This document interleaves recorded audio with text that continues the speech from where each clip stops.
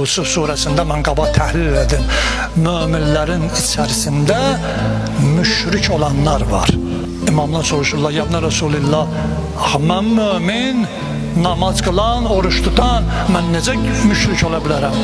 Hazret buyurdu ki, əqidədə yox, itaətdə müşrik olanlar. Yani ne? Ya Resulullah, Hazret buyurdu ki, Allah'a inanırsan, Allah'ın bağışlayan olduğuna inanırsan, ama kalbinde küçük bir fikir kalıp ki görəsən Allah benim falan ettiğim günahları bağışlayıp yoksa yok. Allah ruzu verendir, rəzzaqdır.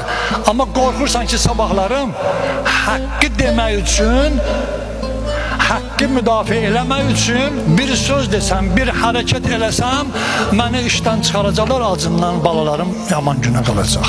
Bu nədir? Bu həmin kiçik şirkdir. Niye? Çünkü sen özün bilirsən ki Allah ruzi verendir, ama hak ve adaleti müdafiə eləmək üçün bir söz deyirsən, korkursan.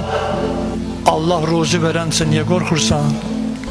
Allah ekber deyip namaz kılırsan niye korkursan? Allah'tan başka özün kimi murdar sudan yaranmış, sabahda bir iyilenmiş ete çevrilen insandan niye korkursan?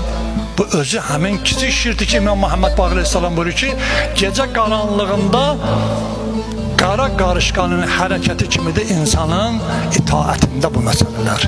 Odur ki, Allah'tan istiyoruz bu ayda hem əqidəmizdə, hem itaətimizdə Allah bizi pak ve gələcək günlərimizi xeyirli qərar versin inşallah.